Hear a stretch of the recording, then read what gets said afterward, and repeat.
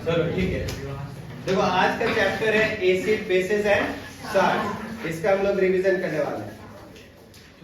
सबसे पहले जो टॉपिक एसिड बेसिस सॉल्ट में आने वाले हैं वो सारे टॉपिक क्या क्या है आपके सामने बोर्ड पे दिख रहा है। नंबर 1 में acid and base, second number में है इंडिकेटर, थर्ड नंबर में है understanding the chemical properties of acid and base. और इसमें हम लोग क्या क्या जानेंगे, एसिड और बेस कैसे रिएक्ट करते हैं मेटल के साथ, कैसे मेटल कार्बोनेट, मेटल बाइकार्बोनेट यानी मेटल हाइड्रोजन कार्बोनेट एसिड के साथ रिएक्ट करते हैं। आपको याद होगा जब हमने पढ़ाया था तब आपको एसिड की प्रॉपर्टीज में ये सारे रिएक्शन हमने दिए थे कि जब कोई एसिड मेटल कार्बोनेट के साथ रिएक्ट करेगा तो क्या बनाएगा, जब कोई एसिड मेटल बाइकार्बोनेट के साथ रिएक्ट करेगा तो क्या बनाएगा, एसिड और बेस आपस में कैसे रिएक्ट करेंगे, कैसे मेटलिक ऑक्साइड एसिड के साथ रिएक्ट करेगा। इसी तरीके से हम लोग काफी सारे पॉइंट्स को डील करेंगे। ये आपको दिख रहा है टोटल 6 पॉइंट्स है और 6 पॉइंट्स में पूरा का पूरा आपको एसिड बेस एंड सॉल्ट का कंप्लीट एनसीईआरटी रिवीजन लिखा हुआ। ठीक है, अब से जो भी थोड़ी बहुत फॉल्ट होगी वो हम लोग सही कर लेंगे बातचीत करते हुए। शुरुआत करते हैं सबसे पहले एसिड की। आप ये सबसे पहले जानना होगा कि आपके क्लास 10 में हम लोग एसिड बेस एंड सॉल्ट्स पढ़ क्यों रहे हैं। why the need of acid bases and salts is to be learned, क्यों जरूरी है। बच्चों आप सभी को पता होगा एसिड बेस एंड सॉल्ट के दौरान होने वाले केमिकल रिएक्शंस हम लोग अपने डेली लाइफ में कई बार देखते हैं। वो अलग बात है कि हम उन्हें इग्नोर कर देते हैं। जैसे एग्जांपल में जब दूध से दही बनता है ये केमिकल चेंज तो जरूर है लेकिन इसमें एसिड्स का फॉर्मेशन हो रहा है ना, लैक्टिक एसिड का। हमारे बॉडी में एसिडिक रिएक्शन होते हैं जिसकी वजह से हमारी तबीयत वगैरह खराब होती है अगर एसिड रिएक्शन बहुत ज्यादा हो जाते हैं तब। अदरवाइज हमारे बॉडी में आपको पता है कि HCl भी मौजूद होते हैं जो हर दिन हम जब भोजन खाते हैं तो उसमें मौजूद बैक्टीरिया को डिस्ट्रॉय करने का काम करता है। तो ऐसे ना जाने कितने सारे एसिड बेस रिएक्शन। अब एग्जांपल में हर दिन हजारों लोग होते हैं जो बीमार पड़ते हैं और जब वो बीमार पड़ते हैं तो मेडिकल जाकर दवाई लेते हैं क्योंकि उनके बॉडी में जो रिएक्शन है वो एसिडिक है और इसको न्यूट्रलाइज करने के लिए वो बेसिक दवाई ले रहे हैं, राइट। तो कहने का मतलब neutralisation reaction, acidic reaction, basic reaction, इन सभी चीजों के बारे में रोज हमारे बॉडी हमारे आसपास ऐसी चीजें होती रहती है बस हम उसे जानते नहीं है। तो इस चैप्टर के थ्रू हम लोग ना सिर्फ उन चीजों को जानेंगे बल्कि ये भी जानेंगे कि ये वास्तव में है क्या और इसके क्या क्या कारण हो सकते हैं। तो क्लास 10 में होल चैप्टर इसी कुछ ना कुछ बेस के आधार पे रखे गए।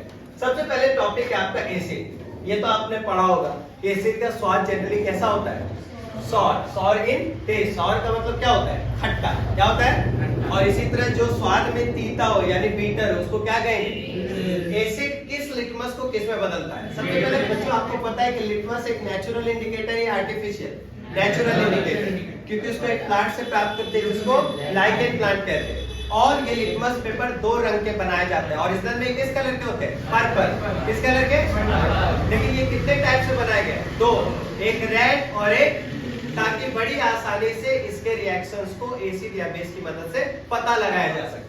नेक्स्ट बात करते हैं कि एसिड का ओरिजिनल डेफिनेशन यही हो सकता है कि एसिड एक ऐसा सब्सटेंस है जब, जैसा हमने कहा कि मान लो कि कोई एसिड है जिसके टेस्ट के बेसिस पे हम उसको डिफाइन नहीं करेंगे एसिड है, हम ना ही उसके इंडिकेटर के वैल्यू पे पता करेंगे एसिड है या नहीं। तो तीसरा एक सबसे अच्छा तरीका क्या हो सकता है कि जब हम उस सब्सटेंस को पानी में डालेंगे और हम उसको एक कंप्लीट सर्किट से कनेक्ट करेंगे, डिस्टिल वाटर वाले सर्किट से। पहले तो मान के चलो तुमने एक सर्किट जाना होगा, क्लोज एंड कंटीन्यूअस पाथ जिसके अंदर करंट बहता हो, हमने बताया है। तो जब एक सर्किट का 2 टर्मिनल को एक डिस्टिल वाटर समझते हो ना, पीएच वैल्यू कितना होता है, 7 मतलब न्यूट्रल, ना एसिडिक ना।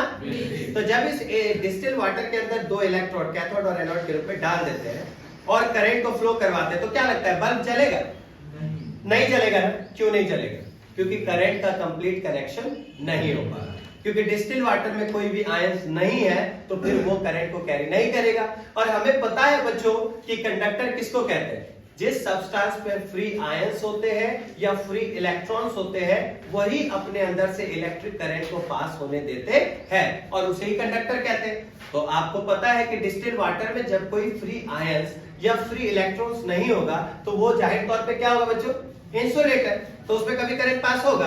अब हम एसिड जैसा कोई सब्सटेंस उस डिस्टिल वाटर में डालकर मिला देते हैं, जैसे लेमन जूस, सर्ट्रिक एसिड, जब इस सर्ट्रिक एसिड को हम लोग डाल देते हैं उसमें, तो एसिड ये वीक एसिड है, आई नो दैट, लेकिन जब इसको डालते हैं तो ये पानी में जाते के साथ क्या प्रोड्यूस करेगा?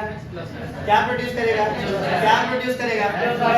ये H+ आयन, फ्री आयंस हो गए ना, और ये पानी के अंदर मिल जाएंगे ना। आप बताओ वो इंसुलेटर हो जाएगा या कंडक्टर? अब बल्ब जलेगा या नहीं?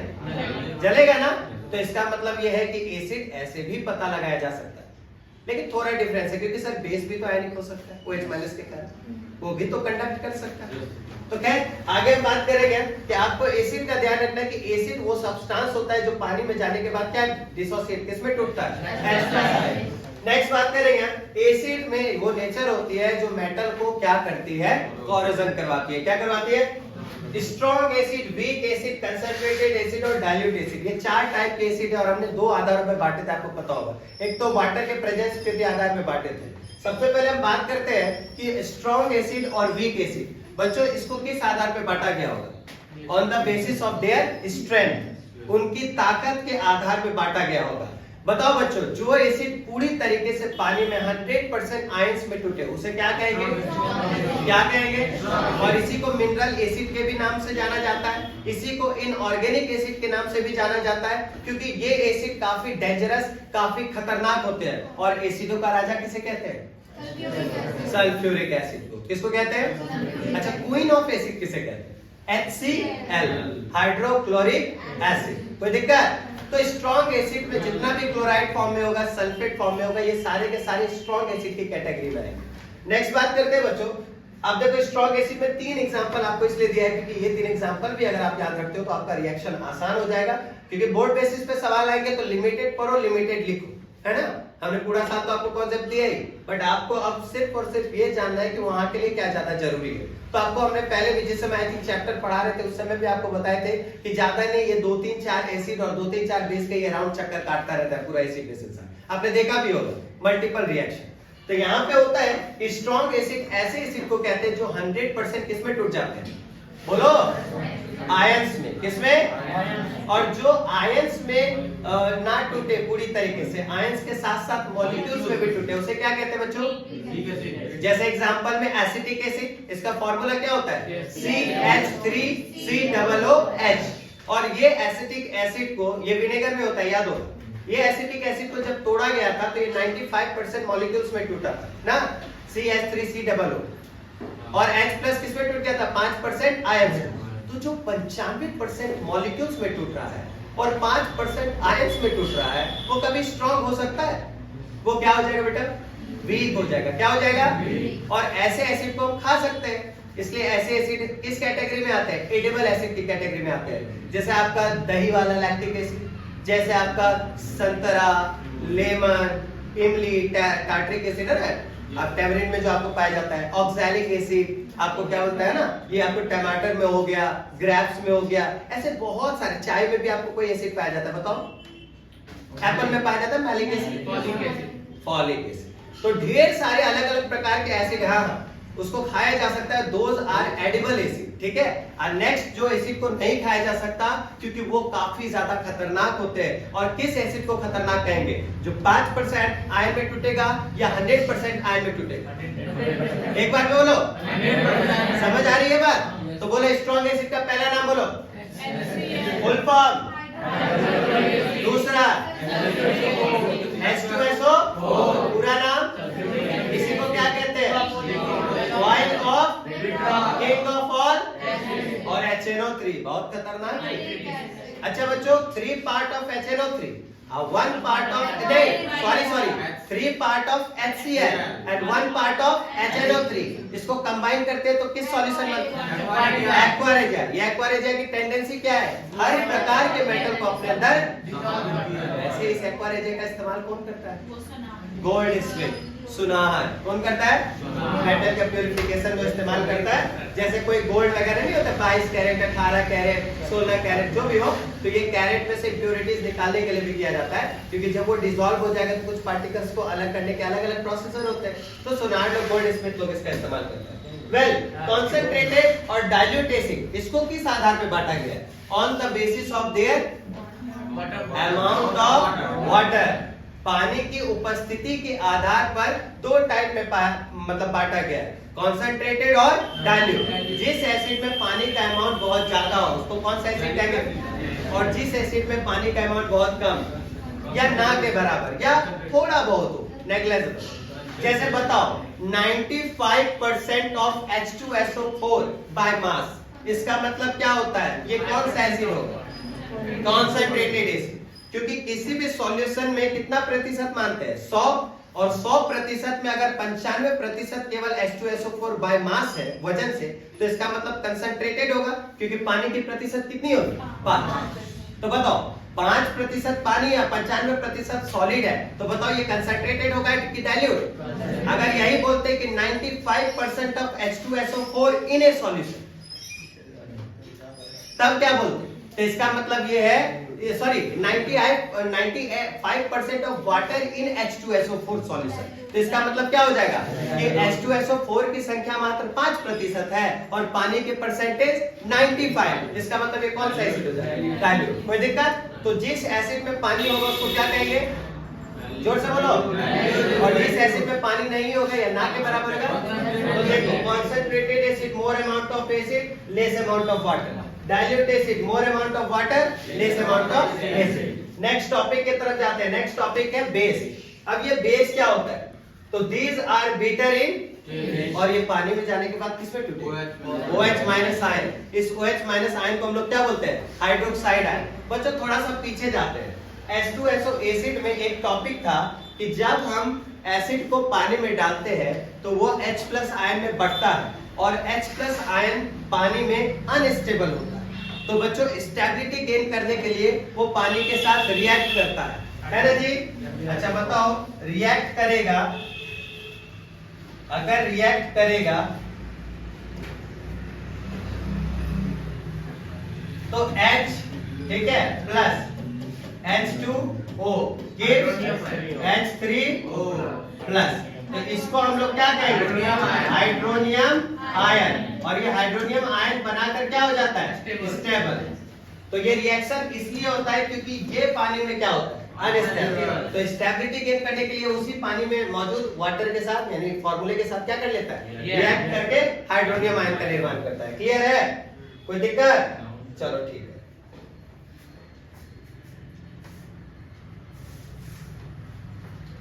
तो बेसिस की बात करते हैं। बेसिस टेस्ट में क्या होते हैं, बीटर, और ये पानी में जब टूटते हैं तो किसमें टूटते हैं, OH माइनस आयन में। और इस OH माइनस को आयन को हम लोग दूसरे नाम से जानते हैं, हाइड्रोक्साइड आयन। अच्छा, these are the substance which are slippery and soppy in touch। क्या बोलते हो, सही है क्या? मतलब ये जब छुओगे ना तो साबुन जैसा एकदम सॉफ्ट लगेगा। इनफैक्ट साबुन को छू रहे हो तो है क्या, बेसी है ना, नहीं है तो सॉफ्ट इन टच फील होगा और स्लिपरी, मजा आएगा छूने में, राइट। लेकिन ज्यादा नहीं, क्योंकि थोड़ी देर के बाद आपका हाथ फंस जाएगा, क्रिप्स बन जाएंगे उंगलियों पे। आपको पता हो ऐसा हो जाता है, पानी में अगर ज्यादा देर रहता है तो ऐसा हो जाता है। ऐसा माना जाता है कि हमारे बॉडी में ये एडेप्टेशन होती है कि अगर हम पानी के अंदर अपने हाथों को लंबे समय तक रखते हैं तो पानी के अंदर चीजों को पकड़ने के लिए हमारे हाथों में, उंगलियों में ग्रिप्स बनते हैं, ताकि उस पर क्या बना सके, ग्रिप्स बना सके। जैसे पानी के अंदर कोई चीज को, पानी के अंदर कोई चीज के मजबूती से पकड़ने के लिए ग्रिप बनाना पड़ता है। क्या लगता है, जिस मजबूती के साथ तुम हवा में किसी चीज को पकड़े हो उसी मजबूती के साथ तुम पानी में पकड़ सकते हो क्या? नहीं पकड़ सकते हो, स्लिप हो जाएगा। तो ग्रिप बनाने के लिए थोड़े लंबे समय तक अगर रखोगे तो हाथों में इस तरीके से लाइन दरारें बच जाएगी। इसी तरह साबुन को भी अगर थोड़े लंबे समय तक पकड़ोगे तो सेम चीजें हाथों में होगी, क्योंकि वो आपका बॉडी इसी तरीके से एडप्ट होता है। नेक्स्ट बात करते हैं बच्चों, जैसे वहां एसिड में स्ट्रेंथ के बेसिस पर दो बांटे थे, स्ट्रॉन्ग और वीक, उसी तरह बेस में भी दो बेसिस पे बांटेंगे स्ट्रेंथ में, स्ट्रॉन्ग बेस और वीक बेस। बच्चों स्ट्रॉन्ग बेस जो 100% पानी में किसमें टूट जाए और जो पूरी तरीके से ना टूटे, वीक बेस, हाँ या ना। चल स्ट्रॉन्ग बेस का नाम बोलेंगे, पहला नाम ना ना ना ना, हम फॉर्मूला बोलते हैं, आप नाम बोलिए, NaOH। अच्छा बच्चों इसी पे सवाल करते हैं, NaOH का pH वैल्यू क्या होना चाहिए? 14 होना चाहिए। क्या होना चाहिए? 14 होना नहीं चाहिए, 14 होता है क्योंकि ये सबसे स्ट्रॉन्ग बेस होता है। और pH आपको पता है, ऐसे तो पोर्टेज ऑफ हाइड्रोजन कहते हैं, लेकिन pH स्केल आपको क्या है, pH स्केल आपको है एक पैरामीटर जिसके थ्रू आप क्या मेजर करते हो, स्ट्रेंथ ऑफ एसिडिक और स्ट्रेंथ ऑफ बेस। एक ऐसा स्केल जिसके मतलब यूज से आप ये पता कर पाते हो कि कौन सा एसिड कितना स्ट्रॉन्ग है या कौन सा बेस कितना स्ट्रॉन्ग या कौन न्यूट्रल है। तो बच्चों टोटल 1 से लेकर कितना वैल्यू होता है किसी भी पीएच में? 40। अच्छा 1 से लेकर 6.9 तक क्या होता है? क्योंकि 7 पे जैसे काटा चला जाता है तो पीएच क्या है? न्यूट्रल। और 7 से थोड़ा भी ऊपर जाता है 7.1 हो जाता है तो क्या हो जाता है? याद है ना? यह importance of daily life of pH scale हम बताएंगे और बताए भी कि आपको याद होगा। मैं आगे बात करते हैं कि स्ट्रॉन्ग बेस NaOH, दूसरा KOH, तीसरा COH का होल 2। चलो COH का होल 2 के बारे में बात करते हैं। बताओ हमने कहा था ये पार्शियली सॉल्युबल होता है। क्या होता है ये? अच्छा मेटल और नॉन मेटल में बताया था कि पार्शियली सॉल्युबल क्यों होता है? क्योंकि ये क्या कर लेता है वाटर के साथ स्टिकी नेचर बना लेता है और वाटर इसके ऊपर चिपक जाता है जो डेंसिटी को इसका क्या कर देता है कम, और ये पानी में क्या होने लगता है। इसीलिए ना ये पानी में पूरी तरीके से डूबता है ना ये पानी में पूरी तरीके से तैरता है। इसको स्प्रिंगली सॉल्युबल कहते हैं, आधा डूबा हुआ और आधा तैरता हुआ। समझ में आया? वेल ये भी आपको स्ट्रॉन्ग एसिड की कैटेगरी में रखे जाते हैं क्योंकि आपने पढ़ा होगा जब CaO में H2O डालते हैं तो ये एक एक्सोथर्मिक रिएक्शन बनाता है, काफी हीट पैदा करता है, इसलिए स्ट्रॉन्ग एसिड के रूप में जाना जाता है। हाथ को लंबे समय तक अगर इसमें रखोगे तो हाथ कट फट जाएगा, आपने देखा होगा। लोग खैनी में चूना वूना डालते हैं तो यहाँ पे डालते तो उसका वो भी अंदर वाला पार्ट क्या हो जाता है? तो हाँ हम खैनी की बात कर रहे हैं, तुम हाथ की बात कर रहे हो, दोनों फटा। Weak base NH4 ammonium hydroxide. अच्छा वीक बेस में और कोई एक दो नाम बोलो, वीक बेस में एक दो नाम बोलो। अभी हम छोड़ के गए थे आप लोगों के पढ़ना है। चलिए ऋषभ आप बोलिए बेटा, पढ़ के तो आए होंगे, टेंशन आपको बहुत रहता है एग्जाम का, बताइए क्या वीक बेस का नाम बोलिए, पढ़ के तो आए होंगे ना? बोलिए, नहीं बोलिएगा तो समझ जाएंगे पढ़ के नहीं आया, ऑन कैमरा में हम बोलेंगे। ऋषभ बोलिए बेटा वीक बेस का नाम। H2CO3 बेटा वो एक एसिड है, कार्बोनिक एसिड। वाह, H2CO3 को ये वीक बेस बोल रहा है, कमाल। कार्बोनिक एसिड है ना, प्राप्त तो होता है आपको मिनरल की तरह, इनऑर्गेनिक की तरह, लेकिन क्योंकि उसको खाया जा सकता है, क्यों? क्योंकि वो 5% आयंस और 95% मॉलिक्यूल्स में टूटता है ना।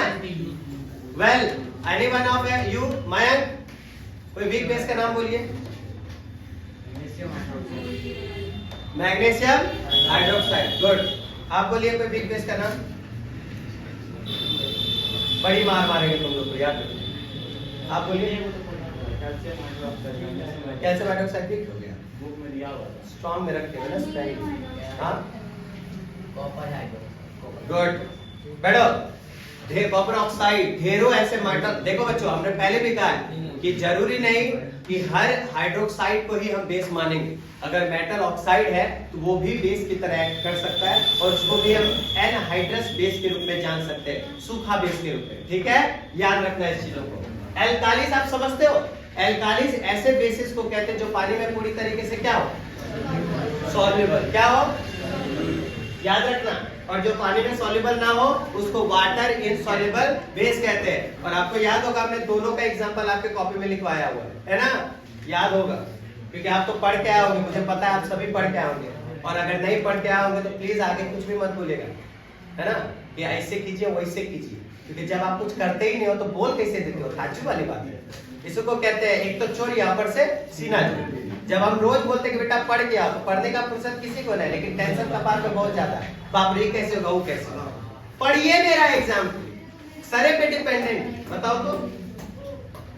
खैर चलो इंडिकेटर्स की बात करते हैं बच्चों। किसकी बात करें? इंडिकेटर्स किसको कहते हैं? ऐसा सब्सटेंस जो एसिड और बेस के बीच क्या कर सके, आइडेंटिफिकेशन कर सके, जो एसिड और बेस को पहचान सके, उसको हम लोग क्या कहते हैं? इंडिकेटर। जैसे हम लोग कैसे पता करते हैं कि करंट बोर्ड में है या नहीं, तो वहां भी एक इंडिकेटर चलता है। अगर इंडिकेटर चल रहा है, इनफैक्ट तुम लोग तो इतना ज्यादा क्लियर हो गए थे कि तुम लोग हमको ये तक बताने लगे थे इंडिकेटर को देख के कि कब लाइन है और कब इन्वर्टर है, क्योंकि जब इन्वर्टर होता था तो झिलझिलाहट बहुत ज्यादा बढ़ जाता था और जब लाइन रहता था करंट तो झिलझिलाहट बहुत कम रहता था। तो इतना तुम लोग क्लियर करके बता दिए। उस आधार पे इंडिकेटर से तुम पता कर पाते हो कि करंट है या नहीं। तो इसी तरह केमिस्ट्री में भी एसिड बेस एंड साल्ट में भी इंडिकेटर एक ऐसा सब्सटेंस होता है जो आइडेंटिफाई करता है कि कौन सा सब्सटेंस एसिड है और कौन सा सब्सटेंस बेस। पहले एक और सवाल है कि ऐसा कौन सा इंडिकेटर है जो स्मेल यानी ऑर्डर के बेसिस पे बताएगा कि कौन एसिड है कौन बेस। और फैक्टर इंडिकेटर याद है, vanilla extract, Orion extract. Well, ऐसा कौन सा इंडिकेटर है जो ये तक बता देगा रंग के आधार पे कि कौन कितना खतरनाक एसिड है कौन कितना वीक एसिड। उसको हम लोग कहते हैं यूनिवर्सल इंडिकेटर। याद होगा आपको, जिसमें 10 रंगों के भेद में आपको बताया गया था एसिड के बारे में। पर indicator tells us whether the given substance is an acid or base by change its color and order। कोई दिक्कत? चलो, नेचुरल इंडिकेटर किसको कहते हैं बच्चों? जिसको नेचुरली प्राप्त किया जाए, जैसे टर्मरिक, हल्दी, जैसे रेड कैबेज, लाल पत्ता गोभी, जैसे चाइना रोज, हिबिस्कस। ये सब ऐसे इंडिकेटर है जो नेचुरली आइडेंटिफाई करेंगे कौन एसिड है और कौन बेस। तो indicators which are obtain naturally are called natural indicator. For example, red cabbage, litmus, turmeric, onion, vanilla, clove etcetera. और फैक्टर इंडिकेटर की बात करें तो ऐसे सब्सटेंस जो ऑर्डर यानी स्मेल को बदल कर ये बताए कि कौन आपको एसिड है और कौन सा बेस है। पहले आपको एक लाइन में हम समझा देंगे, ओनियन लो या वेनिला लो, एसिडिक रिएक्शन में इसका कोई भी स्मेल या चेंज कलर का नहीं हो, मतलब कलर का छोड़ दो, कोई भी स्मेल बदलता नहीं है। लेकिन जैसे इसको बेसिक सॉल्यूशन में डालेंगे उसका स्मेल गायब हो जाएगा, बदलेगा नहीं, गायब हो जाएगा। जैसे स्मेल गायब हो गया समझ जाना वो सॉल्यूशन क्या है, बेस। और जब स्मेल चेंज ना हो समझ जाना कोई दिक्कत। इसमें क्लॉव भी आता है, सेम जितना का जितना आपको फैक्टर इंडिकेटर में सेम चीज, एसिड में नो चेंज, बेस में डिसअपियर ऑफ द स्मेल। कोई दिक्कत, डिसअपियरिंग ऑफ द ऑर्डर। तो ये मत समझना सर आपने क्लॉव के बारे में नहीं बताया। क्लॉव समझते हो ना, खांसी में उसका इस्तेमाल करते हैं, लॉन्ग। नेक्स्ट बात करते हैं सिंथेटिक इंडिकेटर। ऐसा इंडिकेटर जो आर्टिफिशियल यानी ह्यूमन इन्फ्लुएंस यानी मैन-मेड तरीके से तैयार किया गया है, उसको कौन सा इंडिकेटर कहते हैं? Artificial indicator. और ये आर्टिफिशियल इंडिकेटर का नाम कोई बोल पाएगा? मिथाइल ऑरेंज, फेनोल्फथैलीन और मिथाइल ऑरेंज, फेनोल्फथैलीन और देख देख के बोल लो, यही काम ही है। I am proud of you my बच्चों। प्राची बोलिएगा दो नाम के अलावा। यूनिवर्सल इंडिकेटर और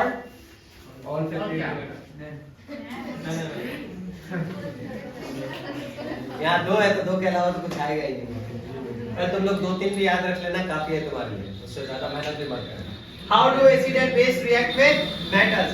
कैसे कोई एसिड और बेस मेटल के साथ रिएक्ट करेंगे? भैया मेटल भी रिएक्टिव नेचर का, एसिड और बेस भी रिएक्टिव नेचर का, तो आपस में रिएक्ट क्यों ना करें? एसिड को अगर मेटल के साथ रिएक्ट करवाओगे तो बाय प्रोडक्ट में साल्ट और हाइड्रोजन गैस तो निकलेगा। कोई बता सकता है क्यों? क्योंकि मेटल आगे चल के क्या बनेगा? बेस। तो कहीं ना कहीं साल्ट बनना एक प्रोसीजर में आ सकता है, क्योंकि acid plus base is equal to salt plus water. तो इधर एसिड याद रखना, ये मेटल है, मेटल बेस नहीं है, बेसिक हो सकता है अगर ऑक्सीजन के साथ रिएक्ट करेगा तब। अभी तो सिंगल मेटल है तो अभी कभी भी वाटर नहीं बनेगा। Salt plus hydrogen gas, Zn, ये तो डिस्प्लेसमेंट रिएक्शन याद हो रहा है, Zn plus H2SO4, ZnSO4 plus, याद रखना reaction. Let's perform an experiment to test whether hydrogen gas is released in this experiment or not। हम लोग क्या करते हैं, एक एक्सपेरिमेंट करते हैं, एक टेस्ट करते हैं और पता करते हैं कि जो हाइड्रोजन है ये हाइड्रोजन गैस आपको एक्सपेरिमेंट रिलीज होता है या नहीं। चलो देखो, reaction of zinc metal with dilute sulphuric acid, ये केमिकल रिएक्शन में भी आपने देखा हो। सब नहीं में देखा, और रेस्ट बच्चों ने आपको जो है इसमें भी देख रहे हो, उसमें सिर्फ रिएक्शन दिया गया था, इसमें आपको पॉप साउंड का मतलब तरीका बताया गया है। तो क्या किया है, एक स्टैंड लिया है, उस स्टैंड में टेस्ट ट्यूब को रखा है, एंड टेस्ट ट्यूब में हाइड्रोजन मतलब सॉरी एक एसिड है, उस एसिड का नाम क्या है? डाइल्यूट सल्फ्यूरिक एसिड, दिख रहा है ना। और उसके अलावा उसमें क्या डाल दिया अलग से? Zinc granules. जब इन दोनों का रिएक्शन हो रहा है, वही देखो Zn जिंक ग्रेन्यूल्स, अब डाइल्यूट सल्फ्यूरिक एसिड, प्रोडक्ट बना ZnSO4 प्लस H2। तो जब इस रिएक्शन में डाला गया जब इस रिएक्शन में डाला गया तो इस रिएक्शन में डालने के बाद कौन सा गैस निकल रहा है? Hydrogen gas. हमें पता नहीं है हाइड्रोजन गैस। हमने क्या किया, इस गैस को एक फ्लास्क की मदद से बंद करके और एक आपको जो है इस तरीके से पाइप के थ्रू निकाल दिया। किसमें? वाटर में। अच्छा, सोप सॉल्यूशन में। तो सोप सॉल्यूशन में आपको पता है ना, जैसे हम लोग नहीं, वो बच्चा में आपको एक मिलता है जिसको निकाल के फूकते हैं तो बबल्स बनता है। तो बिल्कुल वैसे ही सोप सॉल्यूशन में, क्योंकि गैस बनेगा तो गैस बाहर निकलेगा तो बबल्स के रूप में निकलेगा। ऐसे गैस आपको इन्फ्लामेबल हो सकता है ना। गैस का क्वांटिटी किस अमाउंट में निकल रहा है कोई आइडिया नहीं। माचिस लगाओगे क्या क्या ब्लास्ट होगा कुछ पता नहीं है। इसलिए जब एक छोटे छोटे बबल्स के रूप में जब वो हाइड्रोजन गैस निकलेगा तो छोटा छोटा एक साउंड का फॉर्मेशन होगा। इतना जोरदार डेंजर नहीं बनेगा इम्पैक्ट कि आपको चोट लगे। फिर भी इसका सावधानी से एक्सपेरिमेंट किया जाता है। ये सब चीजें खतरनाक होती है। देखो आगे बढ़ते बात करें। जो चीज पॉसिबल नहीं है कि चर्चा करके ना तुम अपना टाइम वेस्ट करो ना। ऐसा कोई चीज नहीं कि तुमको समझ नहीं आ रहा है। बात को समझो। हाइड्रोजन गैस है। अब इस हाइड्रोजन गैस का बबल को जब कैंडल के पास लाए तो फिर हाइड्रोजन गैस क्योंकि इन्फ्लामेबल है तो उस आग के कांटेक्ट में आने के साथ ही कौन सा साउंड प्रोड्यूस करेगा? क्योंकि जलेगा, ठीक है ना। और जलेगा क्योंकि ज्वलनशील है। आपको पता है दुनिया में सबसे खतरनाक गैस कौन है? Hydrogen gas. सबसे ज्यादा कैलोरीफिक वैल्यू होता है कितना? 1,50,000 जूल। ऑलमोस्ट अप्रॉक्स इतना के आसपास ही होता है सबसे ज्यादा। यानी हमारा जो आसपास में हम लोग समझते हैं सर पेट्रोल इन्फ्लामेबल है, तो पेट्रोल का कैलोरीफिक वैल्यू मात्र 50,000 जूल का। अब इसका 3 गुना ज्यादा है हाइड्रोजन गैस। समझ लो हाइड्रोजन गैस कितना खतरनाक है। इसीलिए ऐसे एक्सपेरिमेंट को सावधानी पूर्वक ही करो। तुम्हारे लिए तो आसान यही रहेगा, बैलून में भरो हवा और उड़ा डालो, बस टाटा बाय बाय करिए। How do metals carbonate and metal bicarbonate react with NaC?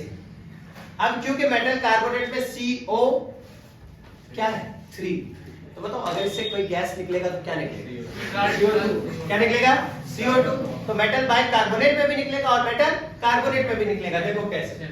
जब मेटल कार्बोनेट या बाइकार्बोनेट को एसिड के साथ रिएक्ट करवाते हो तो प्रोडक्ट कॉमन बनेगा, सैल्ट, कार्बन डाइऑक्साइड और फिर से बोलो। जब मेटल कार्बोनेट या बाइकार्बोनेट का दूसरा नाम हाइड्रोजन कार्बोनेट, जब मेटल कार्बोनेट या मेटल बाइकार्बोनेट को रिएक्ट आपस में करवाते हैं एसिड के साथ तो बताओ क्या बनेगा? साल्ट, कार्बन डाइऑक्साइड और चलो देखो यहाँ पे मेटल कार्बोनेट है या मेटल बाइकार्बोनेट? Metal bicarbonate. जब ये मेटल का नाम बताओ इसका? Sodium carbonate. नाम बताइए। जब ये सोडियम कार्बोनेट को HCl के साथ रिएक्ट करवाए तो क्या बना? प्लस दो प्रोडक्ट तो याद रहेगा ही, तीसरा ऑटोमेटिकली बन जाएगा।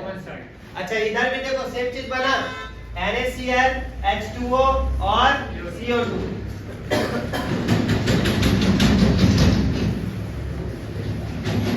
अब तुम बोलोगे सर इसमें फिर ऐसा कैसे हो गया? जो एक्स्ट्रा हाइड्रोजन है बेटा उसको जब बैलेंस करोगे ना तो एटम ऑटोमेटिकली निकल करके आ जाएगा सामने में, है ना। तो इसको लेके टेंशन नहीं लेना। नेक्स्ट वन करते हैं COH का O2 प्लस CO2। ये तो आपको लाइव मैटर हो गया। कार्बोनेट क्या हो गया? ये फिर से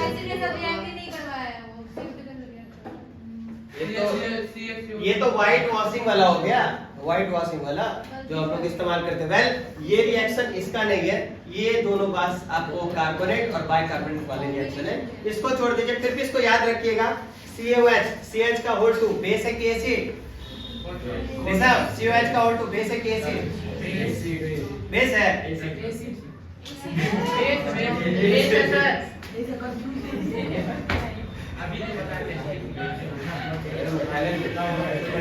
देखा कितना परेशान है बच्चा, इतना टेंशन में कि लड़का एसिड को बेस को एसिड कह रहा है।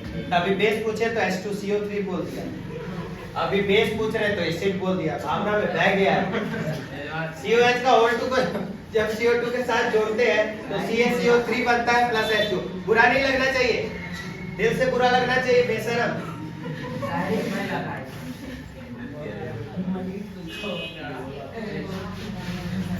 चलो कोई बात नहीं, अब दूसरे की बारी है। जब हम लोग क्या करेंगे, आप देखो अभी जो हमने रिएक्शन बताया COH का O2, अगर ये COH वार्षिक carbon dioxide gas to calcium hydroxide, तो इधर देखो फिर से देखो ये अलग नहीं है, इसी का रिएक्शन है। तो इस रिएक्शन में देखो क्या कह रहा है, एक रिएक्शन का ये जो आपको रिएक्शन है ना, इसका एक पूरा एक्सपेरिमेंट सेटअप किया है। आपसे पूछता है, यहाँ पे कई तरीके के सवाल बन सकते हैं बोर्ड में। आपसे ये पूछ सकता है कि CO2 का डिटेक्शन कैसे पता करेंगे कि भैया वो गैस वास्तव में CO2 है। तो ये पहले से ही हमें पता है कि अगर CO2 जैसा गैस कभी भी स्लैक लाइन से गुजरेगा तो उस पूरे सॉल्यूशन को कैसा बना देगा? Milky white. कैसा बना देगा?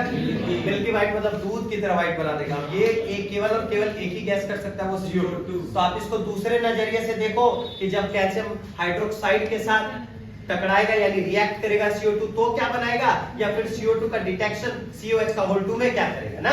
तो दोनों तरीकों से देख सकते हैं। तो पहला ये रिएक्शन आपको याद हो गया, CaCO3 का नाम बताओ मनीष। CaCO3 का नाम बोलो। कैल्शियम कार्बोनेट सॉलिड होता है, लिक्विड होता है कि गैस होता है मनीष? सॉलिड होता है, लिक्विड होता है कि गैस होता है? जल्दी बताओ। सॉलिड होता है। एक सॉल्यूशन दिख रहा है, ऋषभ दिख रहा है सॉल्यूशन। इस सॉल्यूशन में क्या डाला हुआ है? डाइल्यूट है।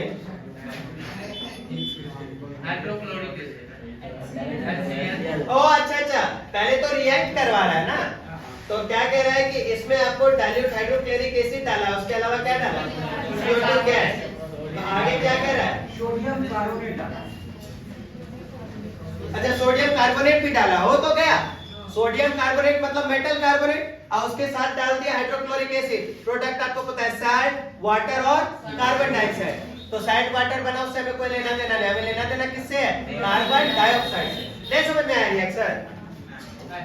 देखो इसको क्या कहेंगे? HCl। इसको क्या कहेंगे? Na2CO2। बोलो क्या बनेगा? NaCl plus H2O plus CO2। ये गैस तो निकल गया, लेकिन इस गैस का क्या देखना है हमें? प्रूफ कि वास्तव में CO2 है या नहीं। तो इस रिएक्शन से आपको पता है CO2 निकलेगा, यानी कोई गैस निकलेगा। अब यहाँ जो गैस निकला है वो क्या है? Carbon dioxide. ये कार्बन डाइऑक्साइड इस वाले रास्ते के थ्रू कहाँ जाएगा? ऊपर। देख रहे हो? नहीं, ये वाला टेस्टेड कलर से क्या जाएगा? एसिड दिया। अच्छा, अलग से डाला है ना इससे। अच्छा, रिएक्शन मतलब ये अच्छा ये ब्लॉक नहीं है, ये खाली है ना, सीधे चला जाएगा। जब सीधे जाएगा तो ये किधर से गुजरेगा? इधर से। इधर से किसमें गुजरा है? एक ऐसा सॉल्यूशन है जिसका नाम क्या है? Calcium hydroxide solution. और अभी जस्ट हमने रिएक्शन में पढ़ा कि COH2 में अगर CO2 डालेंगे तो कौन सा प्रोडक्ट निकलेगा? व्हाइट कलर का, एकदम व्हाइट ब्राइट कलर का कैल्शियम कार्बोनेट। अच्छा, यहाँ पे कैल्शियम कार्बोनेट परमानेंट नेचर में नहीं फॉर्म होगा, केवल और केवल टेम्पररी नेचर में फॉर्म होगा। तो यहाँ पे जब तक ये फॉर्म होता रहेगा तब तक इस सॉल्यूशन का कलर कैसा बनता रहेगा? Milky white. कोनो दिक्कत? बोलो कोनो दिक्कत? फिर से बताओ। इसका रिएक्शन कर रहा है सोडियम कार्बोनेट का, इसको कौन सा कार्बोनेट कहेंगे? Metal carbonate. कौन सा कार्बोनेट? जब ये मेटल कार्बोनेट को किसी एसिड के साथ रिएक्ट करेंगे तो बाय प्रोडक्ट क्या क्या बनेगा? CO2 salt water, water CO2 salt CO2 water. कोई दिक्कत? टोटल 9 चीजें ना बन गई रे। घुमा फिरा के बोल रहे नहीं? चल अच्छा, बनने के बाद कौन सा गैस निकलेगा? CO2। अब CO2 को किससे पास होगा? एक पाइप से गैस से पास होके किसमें गुजरेगा? और COH का होल 2 में जब CO2 टकराएगा तो क्या प्रोडक्ट बनेगा? CaCO3 plus H2O। तो H2O तो इवापोरेट हो जाएगा। अच्छा, इसमें नहीं होगा, इसमें यही रहेगा। ये कब इवापोरेट होगा? जब व्हाइट वॉशिंग दीवार का करेंगे तब, क्योंकि तब सरफेस बहुत एरिया बढ़ जाएगा, और सरफेस एरिया बढ़ जाएगा तो तुरंत सूख जाएगा हवा में। चलो, how to acid and base react with each other. बेटा इस रिएक्शन को क्या कहते हैं? Neutralisation reaction. जब कोई एसिड किसी बेस के साथ रिएक्ट करेगा तो क्या बनाएगा? साल्ट और वाटर। और यहाँ पे देख लो, NaOH क्या है? खतरनाक बेस, और HCl क्या है? खतरनाक एसिड। दोनों सॉल्यूशन एक्वस है। अच्छा, एक एक्वस और एक आपको क्या बोलता है? क्या हुआ? तभी से नहीं पता चल रहा। अभी ज्यादा काला बाहर में इतना नहीं हो गया। कोई बात नहीं, लेट इट बी ओके। शुरू में बच्चा देखेगा फिर पढ़ते चला जाएगा, चेहरे से नंबर। Yes sir. आवाज नहीं से मतलब यार बहुत जगह काटना पड़ेगा Devdas.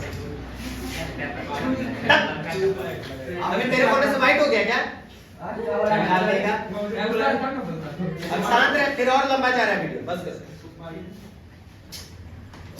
Acid plus base is equal to salt plus water, and this reaction is called neutralization reaction. कौन सा रिएक्शन कहेंगे? और हाँ, नेक्स्ट बात करते हैं। न्यूट्रलाइजेशन रिएक्शन में पीएच वैल्यू हमेशा क्या होगा? क्या होगा?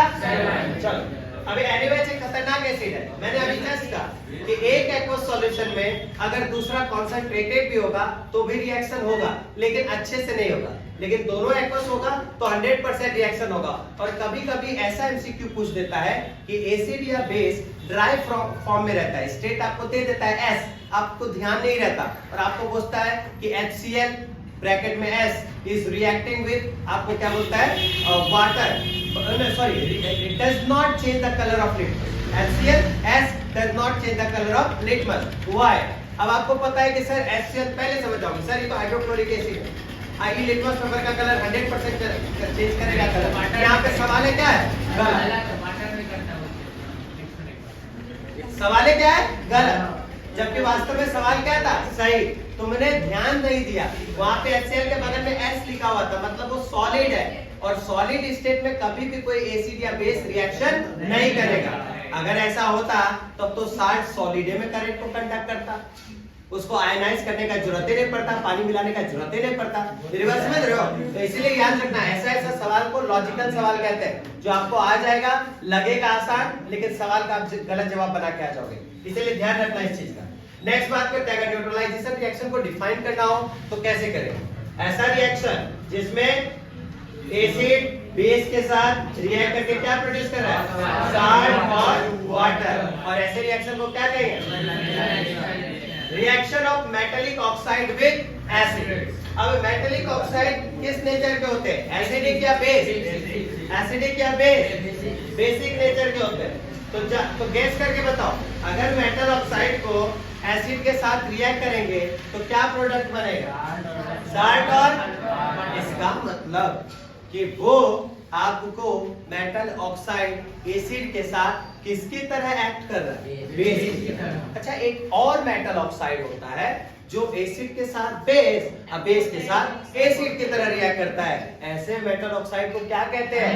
Amphoteric oxide. क्या कहते हैं? those metal oxide which act as a base with the acid or act as an acid with the base, ठीक है, to form salt and water.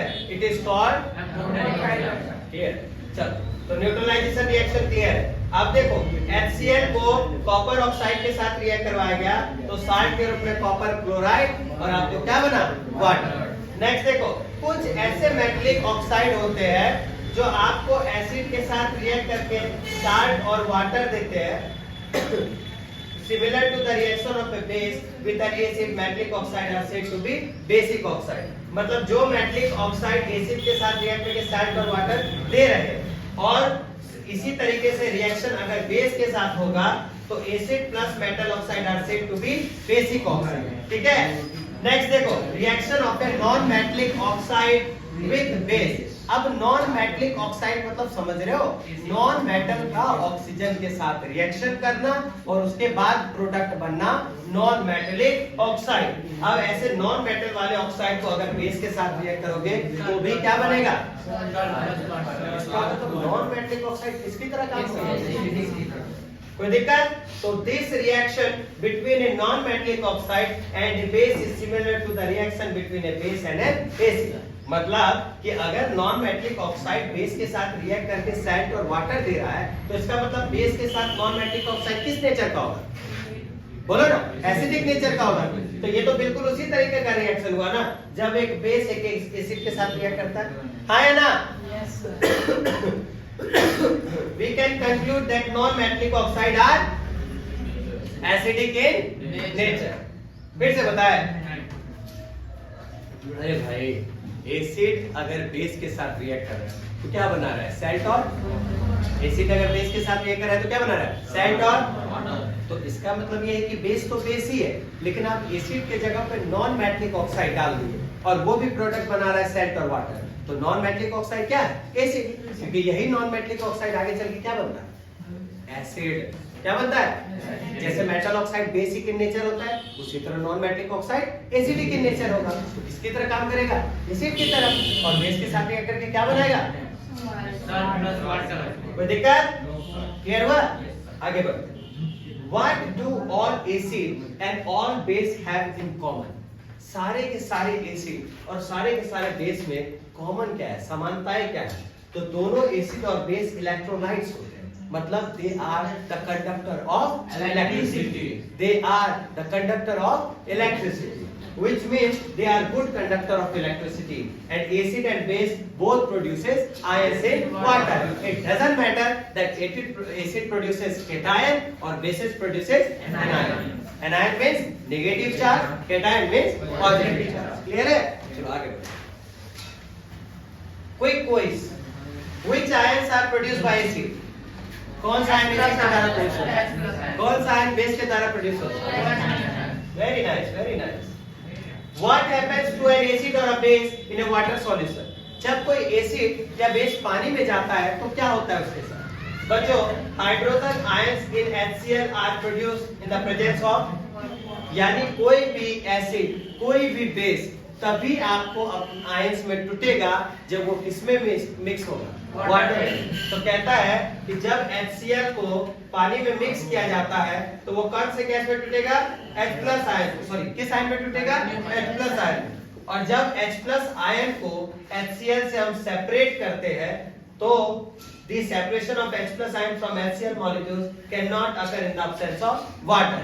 वही बात कि हम बिना पानी के कोई भी एसिड से आयन का फॉर्मेशन नहीं कर सकते, एज वेल एज कोई भी बेस से आयंस का फॉर्मेशन नहीं कर सकते। अगर किसी एसिड या बेस से आयंस हमें बनाना है या सेपरेट करना है या प्रोड्यूस करना है या लिबरेट करना है तो एक ही केस में कर सकते हैं। उसमें क्या मिक्स करेंगे? वाटर। कोई दिक्कत? देखो HCl में वाटर डाले तो H3O+ और Cl- बनाया। Reaction is important. ये क्यों H3O+ बना आपको पता है ना? Because H+ is unstable in water. So to become stable, the H+ ion react with H2O to form H3O+. That means which ion? ये समझ में आ गया? चलो, how strong are acid और base solution? कोई एसिडिक या बेस सॉल्यूशन कितना strong हो सकता है? बेटा उस स्केल के बारे में हमने आपको भी थोड़ी देर पहले बताया। एक ऐसा स्केल जो हाइड्रोजन आयन के कंसंट्रेशन के बेसिस पर ही बना है उसको पीएच कहते हैं। पीएच माने मतलब पावर ऑफ। अब तुम बोलोगे सर खाली हाइड्रोजन के पावर के बेसिस पे कैसे बता दो कि कौन बेस है कौन एसिड? तो भैया H+ जिसमें ज्यादा होगा वो क्या होगा? एसिड। और जिसमें कम होगा उसमें ज्यादा क्या होगा? OH-। H+ अगर ज्यादा है तो OH- क्या है? तो इसका मतलब एसिड होगा, क्योंकि तुमने पढ़ा होगा कि एसिड भी OH- प्रोड्यूस करता है और बेस भी H+ प्रोड्यूस करता है। बस एसिड में OH- का कंसंट्रेशन बेहद नेग्लिजिबल होता है और बेस में H+ का कंसंट्रेशन बेहद नेग्लिजिबल होता है। ठीक? और एसिड आपको क्या प्रोड्यूस करना है ज्यादा से ज्यादा? H+। तो H+ जो कम प्रोड्यूस करेगा वो क्या होगा? बेस। और जो ज्यादा प्रोड्यूस करेगा वो क्या होगा? एसिड। कोई दिक्कत? चलो, तो इसको हम लोग किस स्केल के थ्रू जानते हैं? पीएच। और पीएच स्केल जनरली 0 से लेकर कहां तक मेजर करते हैं? हम लोग 1 से ही मान के चलते हैं। पहले आप 0 से भी मान के चल सकते हो। वेरी अल्कलाइन, 14 वाला बहुत ज्यादा अल्कलाइन होता है। अल्कलाइन मतलब पानी में क्या होता है? वो डिसॉल्व हो जाता है। PH should be thought of simply as a number which indicate the acidic और basic nature of a solution. अब बताओ, higher the hydronium ion concentration lower is the pH. Lower the concentration of hydronium ion, sorry hydrogen ion, higher the pH, and higher the pH value directly proportional to the OH-. Higher concentration of pH is directly proportional to the OH- ion. इसी basis पे pH scale का निर्माण हुआ था, याद होगा? जितना ज्यादा बढ़ेगा pH का वैल्यू उतना ज्यादा बढ़ेगा बेसिक नेचर, जितना ज्यादा घटेगा pH का वैल्यू उतना ज्यादा बढ़ेगा एसिडिक नेचर, है ना? pH का वैल्यू। चलो आगे देखो। The pH of the neutral solution is 7. Values less than 7 on pH scale represent an, और value of pH value increases from 7 to 14 is an increase in the concentration of, that means increase in the nature of. Good. The strength of acid and base depend upon the number of H plus and OH minus produced. जितना H plus produce करेगा उतना acid, जितना कम करेगा उतना कम acid, ठीक है। और जितना OH माइनस ज्यादा प्रोड्यूस करेगा उतना बेसिक, जितना कम करेगा उतना वीक बेसिक। हाँ है ना? क्लियर है ना? चलो देखो पीएच स्केल डायग्राम दिख रहा है? है जी? ये हो गया 0 से 7, आएगा क्या 7 से 14। देखो 0 से 7 से नीचे जा रहे हो तो क्या है? एसिडिक नेचर क्या हो रहा है? 7 से नीचे जा रहे हो तो क्या हो रहा है? और 7 से ऊपर जा रहे हो तो क्या बढ़ रहा है? OH minus. क्या बढ़ रहा है बच्चों? OH minus. ये देखो एक कौन सा कंडक्टर नजर आ रहा है? ये आपको नजर आ रहा है यूनिवर्सल इंडिकेटर, दिख रहा है ना? ये एक यूनिवर्सल इंडिकेटर का अच्छा एग्जांपल है। इस यूनिवर्सल इंडिकेटर में देख जिसका 1.1 का ये अलग अलग आपको कलर दिया हुआ है, लाइट, पेल, हमने अलग अलग कलर से बताया था ना। मतलब थोड़ा बहुत तो याद रखना होगा। जैसे यहाँ जो दिया हुआ है ना, यहाँ जो भी दिया हुआ है आपको उतना याद रखना ही पड़ेगा। नो वरी, आपको याद रखना ही पड़ेगा। जैसे गैस्ट्रिक जूस, ये lemon juice, pure water, blood milk of magnesium, sodium hydroxide, याद करो। ये डेली लाइफ में हमने बताया था इसके बारे में। तो ये सारा का सारा टॉपिक इंपॉर्टेंट है। बोलो गैस्ट्रिक जूस का पीएच वैल्यू कितना होता है? लेमन जूस का, ब्लड का 7.4, प्योर वाटर, अच्छा ये तो दिले, मिल्क ऑफ मैग्नीशियम का, सोडियम हाइड्रोक्साइड का approx. Importance of pH in our everyday life. कहता है कि क्या प्लांट्स और एनिमल्स पीएच के लिए सेंसिटिव होते हैं? हाँ भाई बिल्कुल होते हैं। दुनिया में जो भी लिविंग ऑर्गेनिज्म होगा वो एसिडिक के लिए भी होगा और बेसिक के लिए भी होगा। चलो थोड़ा सा